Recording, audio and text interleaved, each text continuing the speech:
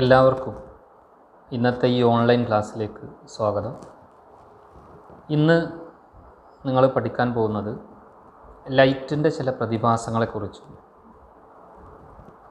ചില ലോസുകളെക്കുറിച്ചുമൊക്കെയാണ്. എന്തിനാണ് ഒരു ഒപ്റ്റിക്കൽ ഫൈബർ ടെക്നീഷ്യൻ കോഴ്സിന് പഠിക്കുന്ന നിങ്ങൾ ലൈറ്റിൻ്റെ പ്രോപ്പർട്ടീസിനെ കുറിച്ച് പഠിക്കേണ്ട ആവശ്യകത എന്താ? ഒപ്റ്റിക്കൽ ഫൈബർ കമ്മ്യൂണിക്കേഷനിൽ ലൈറ്റ് സിഗ്നലാണ് ട്രാൻസ്മിറ്റ് ചെയ്യുന്നത്. ഒരു ഒപ്റ്റിക്കൽ ഫൈബർ കേബിളിലൂടെ ട്രാൻസ്മിറ്റ് ചെയ്യുന്ന സിഗ്നൽ ലൈറ്റ് സിഗ്നൽ. അതുകൊണ്ട് ആ ലൈറ്റ് സിഗ്നലിൻ്റെ പ്രോപ്പർട്ടീസും അതിനെ ബാധിക്കുന്ന ചില നിയമങ്ങളുമൊക്കെ പഠിച്ചാൽ മാത്രമേ നമുക്ക് ആ കോഴ്സിൻ്റെ പഠനം പൂർത്തീകരിക്കാൻ കഴിയുള്ളൂ. അതുകൊണ്ട് ഇന്ന് നമ്മളിവിടെ പഠിക്കാൻ പോകുന്ന ഭാഗങ്ങൾ ഏതൊക്കെയാണ് എന്ന് ഒന്ന് പരിശോധിക്കാം. ഒന്ന്, rarer medium and denser medium, then critical angle, total internal reflection, Snell's law, then the last acceptance cone and numerical aperture. ഇനി ഓരോ ഭാഗങ്ങളും നമുക്ക് വിശദമായിട്ടൊന്ന് പഠിക്കാം. ഒന്നാമത്തേത് rarer medium and denser medium. ഇവിടെ ഈ കാണുന്ന ചിത്രം ലൈറ്റ് ഒരു മീഡിയത്തിൽ നിന്ന് മറ്റൊരു മീഡിയത്തിലേക്ക് സഞ്ചരിക്കുന്നതായി കാണാം. ഇവിടെ ഇൻസിഡൻറ്റ് റേ, റിഫ്രാക്റ്റഡ് റേ, അതുപോലെ നോർമൽ ലൈൻ എന്ന് പറഞ്ഞാൽ രണ്ട് മീഡിയത്തിൻ്റെയും സെപ്പറേറ്റ് ചെയ്യുന്ന സർഫസ് ഇൻ്റർഫേസിന് പെർപെൻഡിക്കുലർ ആയിട്ടുള്ള ഈ കാണുന്ന ഈ ലൈനാണ് നോർമൽ ലൈൻ എന്ന് വിളിക്കുന്നത്. ഇവിടെ മുകളിലുള്ള മീഡിയം റയറർ മീഡിയം, അതുപോലെ താഴെയുള്ള മീഡിയം ഡെൻസർ മീഡിയം.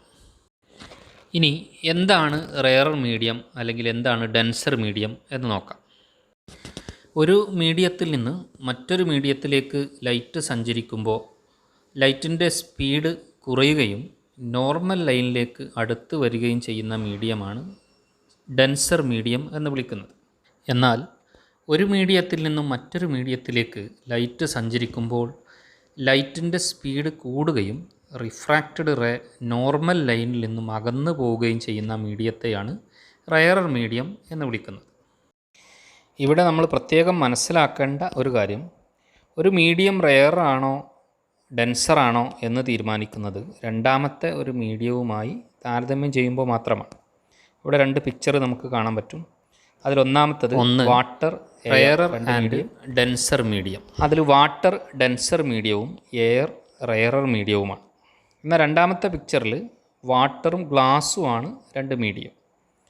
ഇവിടെ വാട്ടർ റയറർ മീഡിയമാണ്, എന്നാൽ ഗ്ലാസ് ഡെൻസർ മീഡിയമാണ്. ഓക്കെ, ഇനി നമുക്ക് എന്താണ് ക്രിറ്റിക്കൽ ആംഗിൾ എന്ന് പറയുന്നത് എന്നൊന്ന് പരിശോധിക്കാം. ഇവിടെ നമുക്ക് രണ്ട് മീഡിയം കാണാൻ പറ്റും. ഒന്ന് റയറർ മീഡിയം, രണ്ടാമത്തത് ഡെൻസർ മീഡിയം. ഈ രണ്ട് മീഡിയത്തിൻ്റെയും സർഫസ് ഇൻ്റർഫേസിന് പെർപെൻഡിക്കുലറായിട്ട് വരക്കുന്ന ലൈനാണ് നോർമൽ എന്ന് വിളിക്കുന്നത്. ഓക്കെ, ഒരു ഡെൻസർ മീഡിയത്തിൽ നിന്നും റയറർ മീഡിയത്തിലേക്ക് ഒരു ലൈറ്റ് സഞ്ചരിക്കുമ്പോൾ അതിന് റിഫ്രാക്ഷൻ സംഭവിക്കുന്നു എന്ന് നമ്മൾ പഠിച്ചിട്ടുണ്ട് അല്ലേ? അതായത് ലൈറ്റിൻ്റെ സ്പീഡ് കുറയുകയും ലൈറ്റ് നോർമലിൽ നിന്ന് അകന്നു പോവുകയും ചെയ്യുന്നു എന്ന് നമ്മൾ നേരത്തെ മനസ്സിലാക്കി. യഥാർത്ഥത്തിൽ ഈ രണ്ട് മീഡിയവും ഒരേ മീഡിയമായിരുന്നെങ്കിൽ ലൈറ്റ് ഈ കാണുന്നത് പോലെ നേർരേഖയിൽ സഞ്ചരിക്കുമായിരുന്നു. പക്ഷേ മീഡിയം ചേഞ്ച് ചെയ്തതുകൊണ്ട് the refracted ray bends away from the normal. ഇവിടെ ഈ കാണുന്നത് ഇൻസിഡൻറ്റ് റേ, ഇത് റിഫ്രാക്റ്റഡ് റേ. ഇൻസിഡൻറ്റ് റേയും നോർമലും തമ്മിലുണ്ടാകുന്ന ആംഗിളിന് ഇൻസിഡൻറ്റ് ആംഗിൾ എന്നും റിഫ്രാക്റ്റഡ് റേയും നോർമൽ തമ്മിൽ ചേർന്നുണ്ടാകുന്ന ആംഗിളിനെ റിഫ്രാക്റ്റഡ് ആംഗിൾ എന്നും വിളിക്കുന്നു. ഇനി ഇൻസിഡൻറ്റ് ആംഗിൾ ഇൻക്രീസ് ചെയ്താൽ എന്ത് സംഭവിക്കുന്നു എന്ന് നോക്കാം. ഇവിടെ ഈ കാണുന്നത് ഒന്നാമത്തെ ഇൻസിഡൻറ്റ് ആംഗിളിനേക്കാൾ കൂടിയ മറ്റൊരു ഇൻസിഡൻറ്റ് ആംഗിളിലൂടെ കടന്നു പോകുന്ന മറ്റൊരു ലൈറ്റ് റേ ആണ്. അതിന് കറസ്പോണ്ടിങ് ആയിട്ട് വരുന്ന റിഫ്രാക്റ്റഡ് റേ ആണ് ഈ കാണുന്നത്. ഇവിടെ റിഫ്രാക്റ്റീവ് ആംഗിൾ കൂടി വരുന്നതായി കാണാൻ പറ്റും. അതായത് ഇൻസിഡൻറ്റ് ആംഗിൾ കൂടുന്നതിനനുസരിച്ച് റിഫ്രാക്റ്റഡ് റേയും കൂടി വരുന്നു.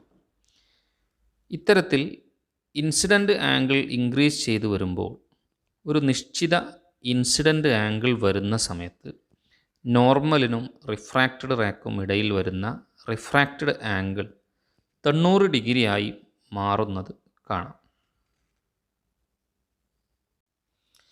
ചിത്രത്തിൽ കാണുന്ന യെല്ലോ ലൈറ്റ് റേ ശ്രദ്ധിച്ചാൽ നിങ്ങൾക്ക് മനസ്സിലാവും. ഇത്തരത്തിൽ റിഫ്രാക്റ്റഡ് ആംഗിൾ 90 ഡിഗ്രി ആവാൻ ആവശ്യമായ ഇൻസിഡൻറ്റ് ആംഗിളിനെയാണ് ക്രിറ്റിക്കൽ ആംഗിൾ എന്ന് വിളിക്കുന്നത്. അതായത് the angle of incidence for which the angle of refraction is 90 degree is known as critical angle. Next, total internal reflection. Critical angle എന്താണെന്ന് നമ്മൾ മനസ്സിലാക്കി അല്ലേ? ഇനി ഇൻസിഡൻറ്റ് ആംഗിൾ ക്രിറ്റിക്കൽ ആംഗിളുമായി ബന്ധപ്പെടുത്തി 3 കണ്ടീഷൻ നമുക്കൊന്ന് പരിശോധിച്ച് നോക്കാം. അതായത് ഒന്നാമത്തെ condition, incident angle is less than critical angle. അതായത് ഇൻസിഡൻറ്റ് ആംഗിൾ ക്രിറ്റിക്കൽ ആംഗിളിനേക്കാൾ കുറവുള്ള ഒരു കണ്ടീഷൻ. രണ്ടാമത്തേത്, incident angle is equal to critical angle. മൂന്നാമത്തെ condition, incident angle is greater than critical angle. ഈ 3 കണ്ടീഷനും നമുക്കൊന്ന് പരിശോധിക്കാം. അതിലൊന്നാമത്തെ കാറ്റഗറിയിൽ, അതായത് incident angle less than critical angle ആയാൽ എന്താണ് സംഭവിക്കുന്നത്? നമ്മൾ തൊട്ട് മുന്നേ ക്രിറ്റിക്കൽ ആംഗിൾ എന്താണെന്ന് പഠിച്ചപ്പോൾ അവിടെ നമ്മൾ കണ്ടു എന്താണ് യഥാർത്ഥത്തിൽ ഇൻസിഡൻറ്റ് ആംഗിൾ ക്രിറ്റിക്കൽ ആംഗിളിനേക്കാൾ കുറവാണെങ്കിൽ എന്താണ് സംഭവിക്കുന്നത്. അവിടെ നമുക്ക് നോക്കിയാൽ മനസ്സിലാക്കാൻ പറ്റും, ആ ഒരു കണ്ടീഷനിൽ റിഫ്രാക്റ്റഡ് റേ ആംഗിൾ അല്ലെങ്കിൽ റിഫ്രാക്റ്റഡ് ആംഗിൾ എന്ന് പറയുന്നത് 90 ഡിഗ്രിയേക്കാൾ കുറവായിരിക്കും. അതാണ് ഒന്നാമത്തെ കണ്ടീഷൻ. ഇൻസിഡൻറ്റ് ആംഗിൾ ക്രിറ്റിക്കൽ ആംഗിളിനേക്കാൾ കുറവാണെങ്കിൽ റിഫ്രാക്റ്റഡ് ആംഗിൾ 90 ഡിഗ്രിയേക്കാൾ കുറവായിരിക്കും. ഇനി രണ്ടാമത്തെ കാറ്റഗറി അല്ലെങ്കിൽ രണ്ടാമത്തെ കണ്ടീഷൻ, അതായത് incident angle is equal to critical angle. ആ കണ്ടീഷനിൽ റിഫ്രാക്റ്റഡ് ആംഗിൾ 90 ഡിഗ്രി ആയിരിക്കും. അതും നമ്മൾ തൊട്ട് മുന്നേ മനസ്സിലാക്കി. ഇനി മൂന്നാമത്തെ ഒരു കണ്ടീഷൻ, നമ്മൾ പഠിക്കാത്ത ഒരു കണ്ടീഷൻ, അതിൽ incident angle is greater than critical angle. അതാണ് ആ മൂന്നാമത്തെ കണ്ടീഷൻ. ഈ ഒരു സാഹചര്യത്തിൽ ലൈറ്റ് റേ റിഫ്രാക്റ്റ് ചെയ്യുന്നതിന് പകരം ഇൻസിഡൻറ്റ് ചെയ്ത അതേ മീഡിയത്തിലേക്ക് തന്നെ റിഫ്ലക്റ്റ് ചെയ്യപ്പെടുന്നു. ഈ ചിത്രത്തിൽ ഇവിടെ ഈ കാണുന്നത് പോലെ ഈ ഒരു പ്രതിഭാസത്തെയാണ് ടോട്ടൽ ഇൻറ്റേർണൽ റിഫ്ലക്ഷൻ എന്ന് വിളിക്കുന്നത്. ടോട്ടൽ ഇൻറ്റേർണൽ റിഫ്ലക്ഷൻ, അതായത് when the light ray transmitting from a denser medium, if the angle of incidence is greater than the critical angle, then the light ray reflects back to the denser medium. This phenomenon is called total internal reflection. അപ്പോൾ ഒരു light ഒരു denser മീഡിയത്തിൽ നിന്നും transmit ചെയ്യുമ്പോൾ incidence angle critical ആംഗിളിനേക്കാൾ കൂടുതലാവുകയാണെങ്കിൽ light ray അതേ denser മീഡിയത്തിലേക്ക് തന്നെ റിഫ്ലക്റ്റ് ചെയ്യപ്പെടുന്നു. ഈ പ്രതിഭാസത്തെയാണ് ടോട്ടൽ ഇൻറ്റേർണൽ റിഫ്ലക്ഷൻ എന്ന് പറയുന്നത്. അപ്പോൾ എന്തൊക്കെയാണ് ഒരു ടോട്ടൽ ഇൻറ്റേർണൽ റിഫ്ലക്ഷൻ സംഭവിക്കുന്നതിന് സാറ്റിസ്ഫൈ ചെയ്യേണ്ട കണ്ടീഷൻസ് ഒന്ന് നോക്കാം. Conditions to be satisfied for total internal reflection to takes place are: ഒന്ന്, the ray of light must travel from a denser medium to a rarer medium. Light ray ഒരു denser മീഡിയത്തിൽ നിന്നും rarer മീഡിയത്തിലേക്ക് സഞ്ചരിക്കുമ്പോഴാണ് total internal reflection സംഭവിക്കുന്നത്. ഒന്നാമത്തെ condition അതാ, light ray സഞ്ചരിക്കുന്നത് ഒരു ഡെൻസർ മീഡിയത്തിൽ നിന്നും ഒരു റെയറർ മീഡിയത്തിലേക്കായിരിക്കണം. 2, the angle of incidence must be greater than the critical angle for those two medium. Incident angle critical ആംഗിളിനേക്കാൾ കൂടുതലായിരിക്കണം. ഇൻസിഡൻ്റ് ആംഗിൾ ക്രിറ്റിക്കൽ ആംഗിളിനേക്കാൾ കൂടുതലായിരിക്കണം. അതാണ് 2 കണ്ടീഷൻ. ഒന്നാമത്തേത് ലൈറ്റ് റേ ഡെൻസർ മീഡിയത്തിൽ നിന്നും റെയറർ മീഡിയത്തിലേക്ക് സഞ്ചരിക്കുമ്പോഴാണ് ടോട്ടൽ ഇൻറ്റേർണൽ റിഫ്ലക്ഷൻ സംഭവിക്കുന്നത്. രണ്ടാമത്തേത് ഇൻസിഡൻ്റ് ആംഗിൾ ക്രിറ്റിക്കൽ ആംഗിളിനേക്കാൾ കൂടുതലായിരിക്കണം. ഇനി ടോട്ടൽ ഇൻറ്റേർണൽ റിഫ്ലക്ഷൻ ഉപയോഗിച്ചിട്ടുള്ള ഒരു അപ്ലിക്കേഷൻ പരിചയപ്പെടാം. സ്ക്രീനിൽ കാണുന്നത് ഒരു ഒപ്റ്റിക്കൽ ഫൈബർ കേബിളിലൂടെ ലൈറ്റ് ട്രാവൽ ചെയ്യുന്നതിൻ്റെ ഒരു ചിത്രമാണ്. ഒപ്റ്റിക്കൽ ഫൈബറിലൂടെ ലൈറ്റ് ട്രാൻസ്മിഷൻ നടക്കുന്നത് ടോട്ടൽ ഇൻറ്റേർണൽ റിഫ്ലക്ഷൻ എന്ന പ്രിൻസിപ്പിൾ അടിസ്ഥാനമാക്കിയാണ്. ഫൈബർ കോറിലേക്ക് ലൈറ്റ് എൻ്റർ ചെയ്യുന്ന ഇൻസിഡൻ്റ് ആംഗിൾ ക്രിറ്റിക്കൽ ആംഗിളിനേക്കാൾ കൂടുതലായതുകൊണ്ട് ലൈറ്റിന് ടോട്ടൽ ഇൻറ്റേർണൽ റിഫ്ലക്ഷൻ സംഭവിക്കുന്നു. അതായത് ലൈറ്റ് കോറിന് പുറത്തേക്ക് റിഫ്ലക്റ്റ് ചെയ്യാതെ കോറിനകത്ത് തന്നെ റിഫ്ലക്റ്റ് ചെയ്യുകയും അതുവഴി ഫൈബർ കേബിളിലൂടെ ലൈറ്റ് സഞ്ചരിക്കുകയും ചെയ്യുന്നു. അടുത്തതായി സ്നെൽസ് ലോ എന്താണെന്ന് നോക്കാം. ഒരു ലൈറ്റ് റെയറർ മീഡിയത്തിൽ നിന്നും ഡെൻസർ മീഡിയത്തിലേക്ക് പാസ് ചെയ്യുമ്പോഴുണ്ടാവുന്ന ലൈറ്റിൻ്റെ റിഫ്രാക്ഷനാണ് സ്ക്രീനിൽ കാണുന്നത്. ഇത് normal, incident ray, refracted ray, incident angle, refracted angle, ഇത്രയും നമുക്ക് ഈ ചിത്രത്തിൽ കാണാൻ പറ്റും. ഒരു റെയറർ മീഡിയത്തിൽ നിന്ന് ഡെൻസർ മീഡിയത്തിലേക്ക് ലൈറ്റ് സഞ്ചരിക്കുമ്പോൾ refracted ray bends towards normal ലൈനിന് നേരെ ബെൻഡ് ചെയ്യും. എന്നാൽ ഒരു ഡെൻസർ മീഡിയത്തിൽ നിന്ന് റെയറർ മീഡിയത്തിലേക്ക് സഞ്ചരിക്കുമ്പോൾ refracted ray bends away from the normal ലൈനിൽ നിന്ന് റിഫ്രാക്റ്റഡ് റേ അകന്നു പോകുന്നു. ഇത് നമ്മൾ നേരത്തെ റിഫ്രാക്ഷൻ പഠിച്ച സമയത്ത് മനസ്സിലാക്കിയിട്ടുള്ളതാണ്. സ്നെൽസ് ലോ എന്ന് പറയുന്നത് ഒരു മീഡിയത്തിൽ നിന്നും മറ്റൊരു മീഡിയത്തിലേക്ക് ലൈറ്റ് സഞ്ചരിക്കുമ്പോഴുണ്ടാകുന്ന ഇൻസിഡൻ്റ് ആംഗിളും റിഫ്രാക്റ്റഡ് ആംഗിളും തമ്മിലുള്ള റിലേഷൻ കാണിക്കുന്നതിനുള്ള ഒരു ഫോർമുലയാണ്. സ്നെൽസ് ലോ നമുക്ക് ഇങ്ങനെ ഡിഫൈൻ ചെയ്യാം. Snell's law states that the ratio of the sine of angle of incidence to the sine of angle of refraction is a constant. ഇവിടെ ഈ ചിത്രത്തിൽ ഇൻസിഡൻറ്റ് ആംഗിൾ എന്നുള്ളത് റെപ്രസെൻ്റ് ചെയ്യുന്നത് ഐ എന്ന ലെറ്റർ ഉപയോഗിച്ചിട്ടാണ്. ആർ എന്ന് പറയുന്നത് റിഫ്രാക്റ്റഡ് ആംഗിൾ.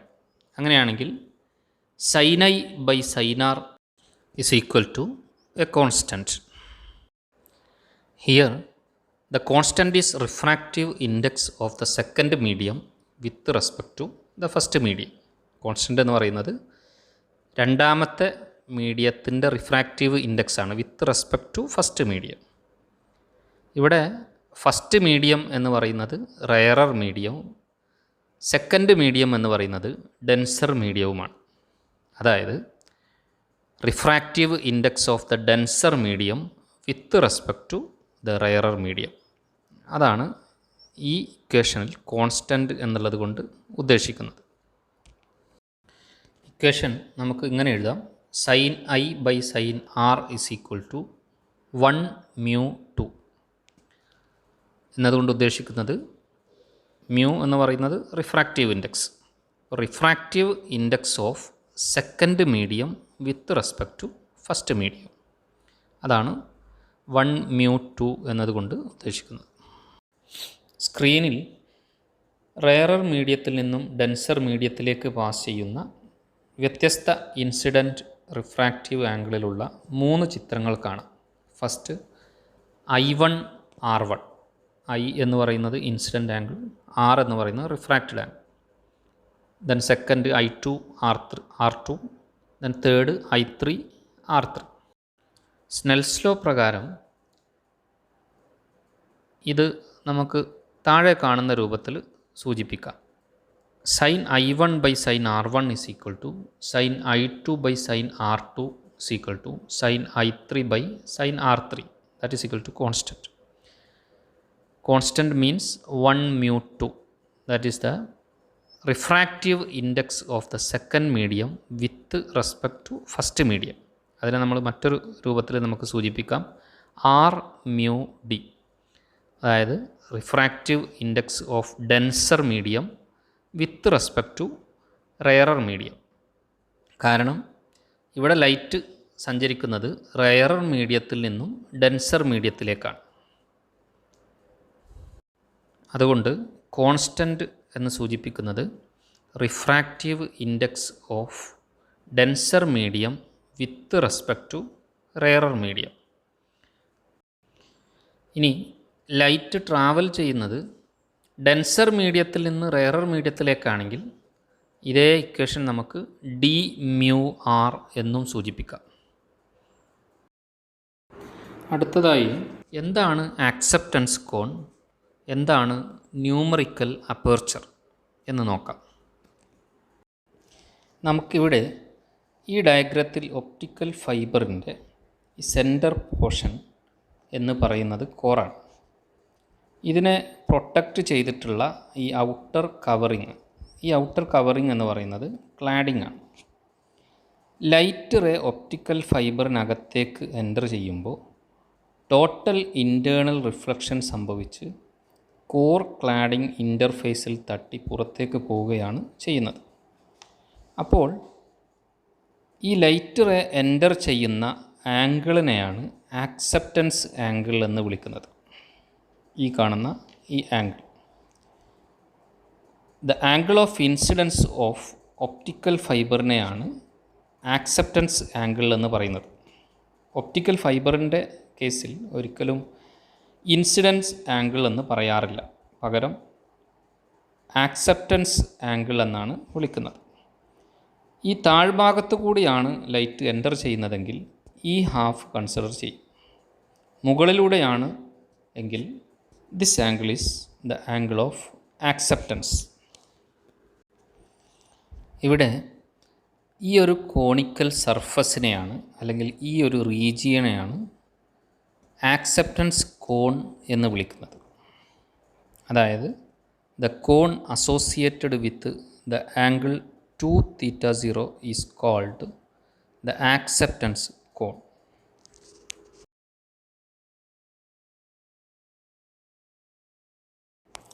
Numerical aperture.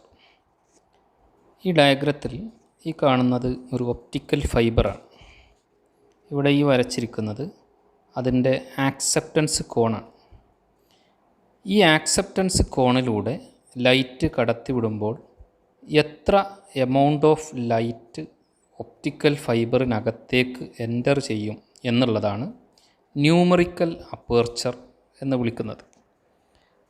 അതായത് numerical aperture is a figure of merit that is used to describe the light gathering or light collecting ability of an optical fibre. Numerical aperture കൂടുന്നതിനനുസരിച്ച് ഒരു optical ഫൈബറിൻ്റെ efficiency കൂടും. എങ്ങനെയാണ് numerical aperture calculate ചെയ്യുന്നത് എന്ന് നോക്കാം. ഇവിടെ N1 എന്ന് പറയുന്നത് കോറിൻ്റെ റിഫ്രാക്റ്റീവ് ഇൻഡെക്സാണ്.